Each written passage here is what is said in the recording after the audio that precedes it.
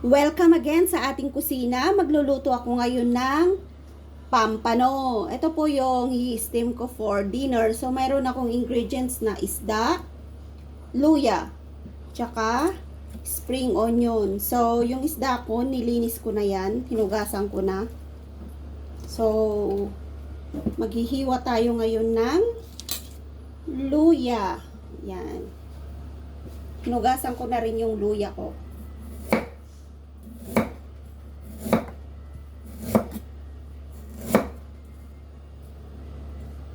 Nakakatakot naman maghiwa, di ba?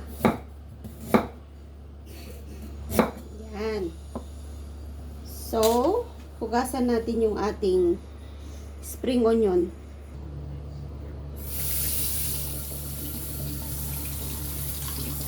Yan, may hinugasan ako kahapon pero hindi nagamit.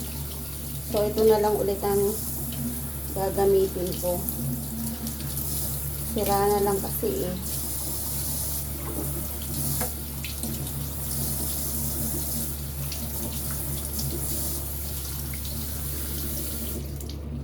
So, ito po yung ibabaw natin. So, hiwain natin yung ating spring onion.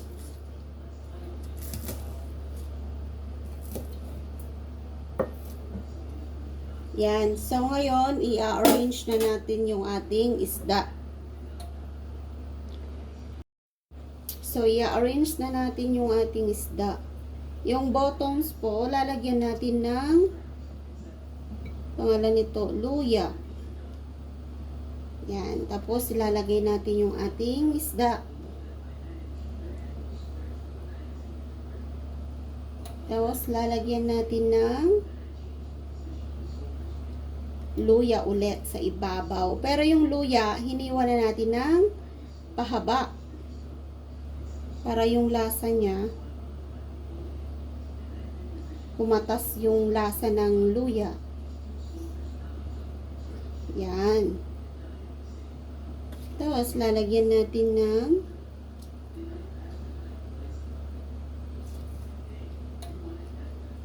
spring onion.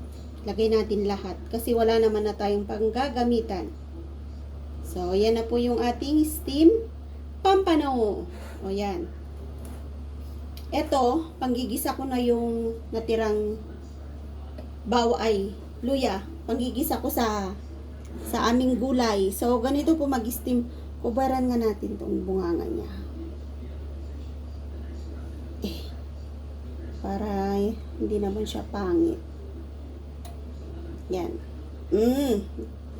O, diba? Yan na po yung steam nating isda. So, mag-steam na tayo. So, ngayon po, i-steam na natin yung ating isda. Ang gamit ko pong pang-steam ay oven. Yan po yung ating isda. Okay, see you later. Pag na-steam ko na to. Steam ko lang po to ng 7 minutes. So, see you po pag naluto na. So, ayan na po yung isda nating ini-steam. At ready na. Tingnan natin. Ayan. Ready na. Oy, ang sarap po. Ayan, may juicy na siya. So, eto na po yung ating steam na pampano. Yan, ready to eat na po. Ayan o. Pag may tubig na yan, nakikita nyo yung may tubig na yan, ready na po yan. So, kain na po tayo. Masarap kainin to pag mainit.